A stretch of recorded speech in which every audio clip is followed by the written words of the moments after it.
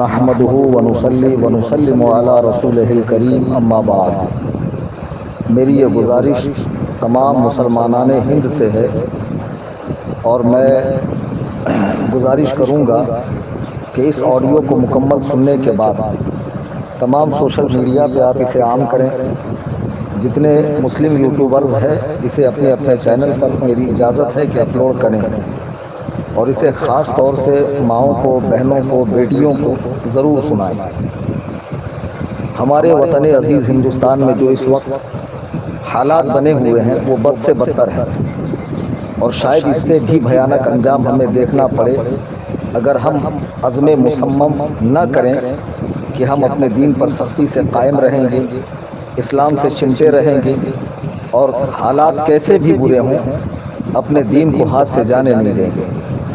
ایسے میں ہمیں چاہیے کہ انبیاء علیہ السلام کی قربانیوں کو، حضرات صحابہ کی تکالیف اور مصائب کو یاد کریں اور یہ سوچیں کہ ان کے مقابلے میں ہمارے ساتھ کچھ بھی برا نہیں ہو رہا ہے۔ وہ ایسے برے حالات میں بھی دین پر سختی سے قائم تھے، تو ان کی سنت پہ چلتے ہوئے ہمیں بھی سختی سے دین پر قائم رہنا ہے۔ آج جو میں بات کر رہا ہوں وہ یہ ہے کہ جب بھی آپ سوشل میڈیا پہ جائیں، انسٹاگرام، فیس بک، یوٹیوب وغیرہ، ٹویٹر وغیرہ پر، یا نیوز پیپر دیکھیں، پڑھیں یا کوئی چینل دیکھیں، تو آپ کو یہ بات بارہا سننے کو، دیکھنے کو ملیں گی کہ فلاں مسلم علاقے سے فلاں مسلم بچی نے کسی ہندو لڑکے کے ساتھ کورٹ میرج کر لی اور اسلام کو چھوڑ دیا، ترک کر دیا۔ پھر اس کے بعد اس کے بیان بھی سامنے آتا ہے کہ اسلام میں یہ سختیاں تھیں، یہ پابندیاں تھیں، اب میں اپنے آپ کو آزاد محسوس کر رہی ہوں، وغیرہ وغیرہ۔ آپ جانتے ہیں یہ کوئی اتفاقی حادثہ نہیں ہے، اگر ایک دو جگہ پیش آ جاتا تو شاید اس پہ بولنے کی ضرورت بھی پیش نہ آتی۔ یہ باقاعدہ ایک منظم سازش کے تحت ہو رہا ہے۔ اس میں کچھ پاکھنڈیوں کا ہاتھ ہے، کچھ نیتاؤں کا ہاتھ ہے، باقاعدہ ایک طاغوتی شیطانی طاقت ہے جو اس کام پر لگی ہوئی ہے، اور حکومت وقت کا اس کو فل سپورٹ ہے۔ یقیناً ان کے مقابلے میں ہم بہت کمزور ہیں، لیکن ہم اتنا تو کر سکتے ہیں کہ اپنے اہل خانہ کی نگرانی کریں، اپنی بچیوں پہ نگاہ رکھیں۔ افسوس کی بات ہے کہ بچیاں جب بولنے کے لائق ہوتی ہے تو انہیں کلام الہی پڑھانے کے بجائے، انہیں دین کے بنیادی عقائد سکھانے کے بجائے، سب سے اچھی انگلش اسکول کا انتخاب کر کے انہیں اسکول میں ڈالا جاتا ہے۔ پھر بچیاں کچھ پڑھ لکھ کے قابل بنتی ہیں تو انہیں مہنگے مہنگے سیل فون دلائے جاتے ہیں۔ یہ نہیں سوچا جاتا کہ میری بچی کی کوئی فیکٹری نہیں ہے، کوئی کمپنی نہیں ہے، اس کا کوئی بزنس نہیں ہے، آخر اتنا مہنگا فون اسے دلایا کیوں جائے؟ چلیے دلا دیا، تو اس کے بعد بچی کے فون پر ہونے والی اپڈیٹ سے باپ بھی بے خبر ہے، ماں بھی بے خبر ہے، بہن بھی بے خبر ہے، بھائی بھی بے خبر ہے۔ رات رات جاگ کر بچی کس سے چیٹ کر رہی ہے، کیا بات کر رہی ہے۔ پھر دوسرے نمبر پہ بچیوں کو جہاں کو ایجوکیشن ہے، لڑکے اور لڑکیاں ساتھ پڑھتی ہیں، وہاں داخل کرایا جاتا ہے۔ پھر اس کی دوستی پر نگاہ نہیں رکھی جاتی ہے کہ بچی کا یارانہ، دوستانہ کس کے ساتھ ہے۔ کالج چھوٹنے کے بعد، اسکول چھوٹنے کے بعد بچی لیٹ کیوں آتی ہے، وہ کہاں گھومتی ہے، کیا کرتی ہے، کیا نہیں کرتی ہے، کن لوگوں کے ٹچ میں ہے، اس کے ذہن میں کس طرح اس کا مائنڈ سیٹ کیا جا رہا ہے کہ اگر تم مسلمان سے شادی کرو گی تو تمہیں پردے کی پابندی کرنی ہے، بہت سارے بچے پیدا کرنے ہیں، 3 طلاق کا دکھ جھیلنا ہے، اور حلالہ جیسی رسم سے تمہیں گزرنا ہے، اور ہمارے دھرم میں آنے کے بعد 7 جنموں تک تمہارا ساتھ رہے گا، وغیرہ وغیرہ۔ اس طرح کی باتیں کر کے بچیوں کو جو ہے پھنسایا جا رہا ہے۔ پہلے یہ سنا جاتا تھا کہ فلاں مسلم لڑکے نے ہندو لڑکی سے شادی کی تو اسے میڈیا خوب اچھالتا تھا کہ یہ لو جہاد ہے۔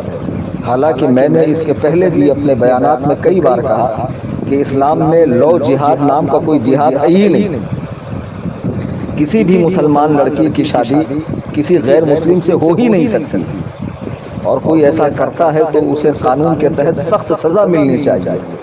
پھر کبھی مسلمانوں کو بدنام کرنے کے لیے عجیب عجیب ہتھ کنڈے اپنائے جاتے ہیں۔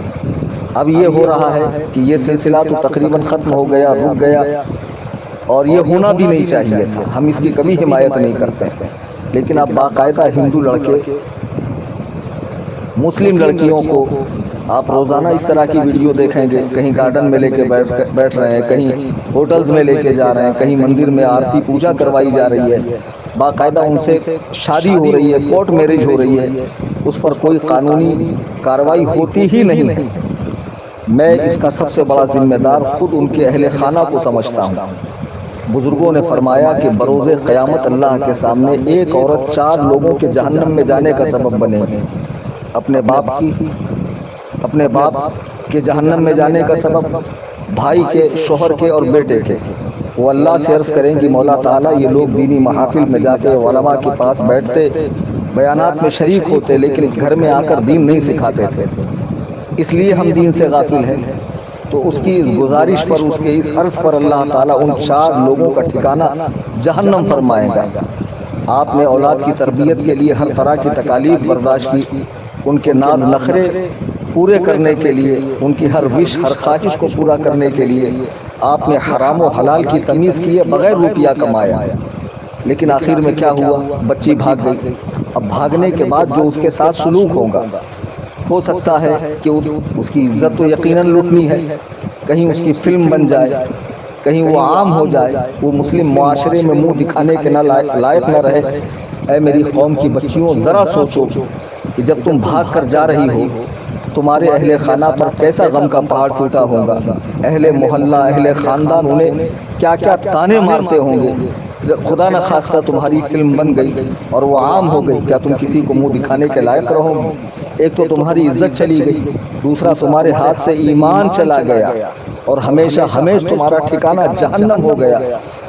تمہیں کس نے کہا کہ اسلام میں عورتوں کا کوئی مقام نہیں ہے؟ اللہ کے نبی علیہ السلام فرماتے ہیں کہ جنت ماں کے قدموں کے نیچے ہے۔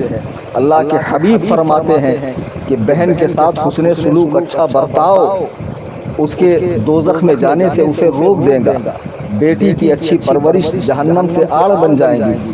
ماں بھی تم ہی ہو، بیٹی بھی تم ہی ہو، بہن بھی تم ہی ہو، اور بیوی کے ساتھ حسن اخلاق سے پیش آنے کے تعلق سے اللہ کے نبی علیہ السلام فرماتے ہیں عورتوں کے چہروں پر نہ مارا جائے، چونکہ اللہ نے اسے خوبصورت بنایا ہے۔ اور آپ نے اپنی بیویوں سے محبت کرنے والوں کے تعلق سے کہ جب دونوں ایک برتن میں کھانا کھاتے ہیں تو ملائکہ ان پر رشک کرتے ہیں۔ بے شمار فضیلتیں آئی ہیں۔ یہ ساری چیزیں آپ کی نگاہ کے سامنے نہیں ہیں۔ آپ کو پردہ بیکار سا معلوم ہوتا ہے، آپ آزادی چاہتی ہیں، حالانکہ اللہ تعالیٰ نے یہ پردہ نبی علیہ السلام کی بیویوں تک کے لیے رکھا ہے۔ چنانچہ آپ سورہ احزاب کی آیت نمبر 59 دیکھیں گی تو قرآن میں اللہ فرماتا ہے یا ایھا النبی قل لازواجک وبناتک ونساء المؤمنین یدنین علیہن من جلابیبہن ذالک ادنی ان یعرفن فلا یؤذین وکان اللہ غفورا رحیما۔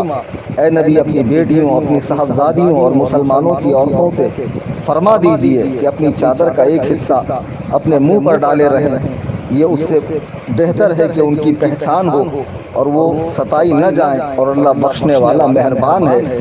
یعنی پردہ اس لیے ہے کہ تمہیں ستایا نہ جائے، تمہارا مذاق نہ اڑایا جائے۔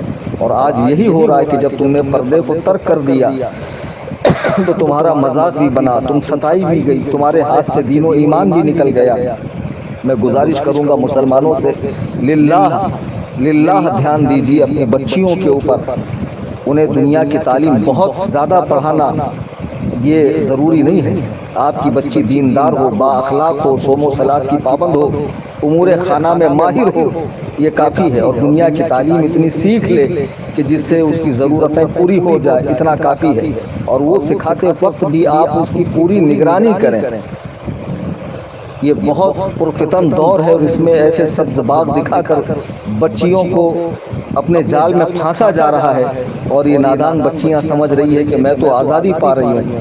جس آزادی کے چکر میں تو اسلام جیسے سچے مذہب کو چھوڑ رہی ہے اور جس کے ساتھ بھاگ رہی ہے، اس کی جوانی بھی فانی ہے، اس کا حسن بھی ختم ہونے والا ہے، اس کا مال و دولت بھی مٹنے والا ہے، اور پھر بعد میں ذلت و رسوائی کے سوا تمہارے ہاتھ کچھ نہیں آنے والا ہے۔ خدا را اپنے پاک دین کو مت چھوڑو، اور اس طرح ماں باپ کی رسوائی کا سبب نہ بنو، مسلم معاشرے کی رسوائی کا سبب نہ بنو۔ میں تمام علماء کرام سے، تمام قائدین سے، تمام اہل خانقاہ سے، تمام خطبہ حضرات سے گزارش کروں گا کہ اسے موضوع تقریر بنایا جائے اور اس پر مسلمانوں میں بیداری پیدا کی جائے کہ مسلمان اپنی بچیوں کی تربیت دینی ماحول کے اندر کریں، دینی ماحول کے اندر کریں۔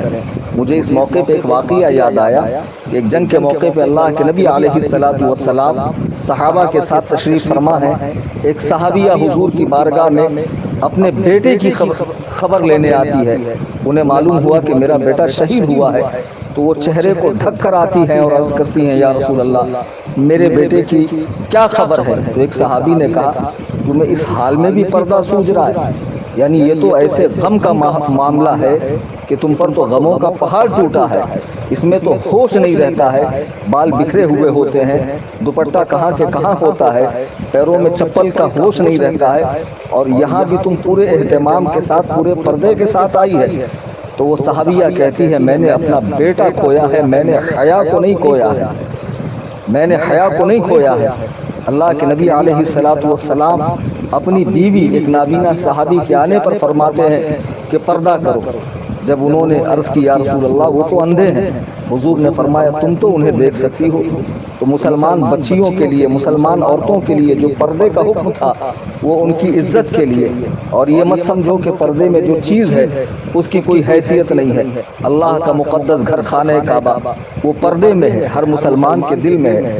اللہ کی مقدس کتاب قرآن کریم وہ پردے میں ہے، غلاف میں ہے، اسے سروں پہ اٹھایا جاتا ہے، چھوما جاتا ہے، احترام کیا جاتا ہے۔ جو چیز کھلی ہوئی ہوتی ہے، کھانے پینے کی کھلی ہوئی چیزوں کو آپ دیکھیں اس پر مکھیاں بھن بھناتی ہے، تو تم بے پردہ جب کالج میں اسکول میں جاؤ گی، ماں باپ کی اجازت کے بغیر یہاں وہاں جاؤ گی، تو یہ جتنی مکھیاں ہیں تمہارے ارد گرد بھن بھنائیں گی اور تمہیں اچک لے جائیں گی، تمہاری عزت بھی جائے گی، تمہارا نام بھی خراب ہوگا، تمہارا دین بھی چلا جائے گا۔ خدا را ہوش میں آؤ۔ میں عرض کروں گا کہ تمام ہمارے جو ذمہ داران ہیں قوم کے، وہ آگے آئیں اور اس مسئلے پر کانفرنس کریں، جلسے کریں، کتابیں لکھیں، اور جگہ جگہ مسلمانوں کو بیدار کیا جائے کہ وہ اپنی بچیوں کی تربیت صحیح کریں۔ یہ چند مختصر سی باتیں تھیں۔ خدا واقعی دل دکھتا ہے جب اس طرح کی چیزیں سامنے آتی ہے۔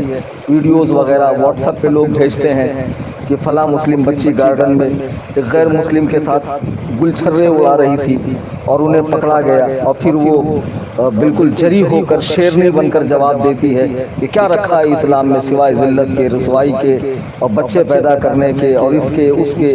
تو یہ جو زبان ان کو پھوٹی ہے اس کی وجہ یہ ہے کہ یہ واقعی دین سے ناواقف ہیں، ورنہ اسلام میں عورتوں کا اتنا مقام رکھا گیا ہے۔ اللہ اکبر کبیرہ۔ سیدہ کائنات حضرت سیدہ فاطمہ زہرا رضی اللہ تعالیٰ عنہ نبی کریم صلی اللہ علیہ وسلم کے صاحبزادی ہیں۔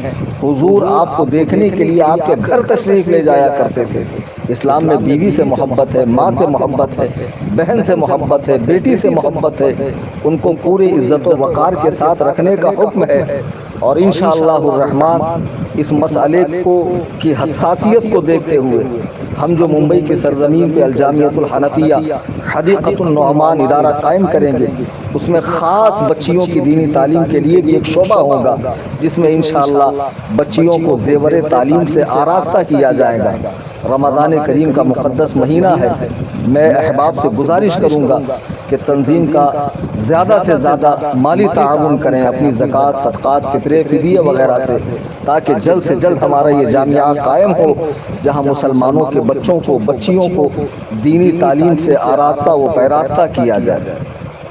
تفصیل کے لیے آپ میرے نمبر پر رابطہ کریں 9820 672 770۔ شاید کہ اتر جائے تیرے دل میں میری بات، انداز بیاں گرچہ بہت شوق نہیں، وما علینا الا البلاغ۔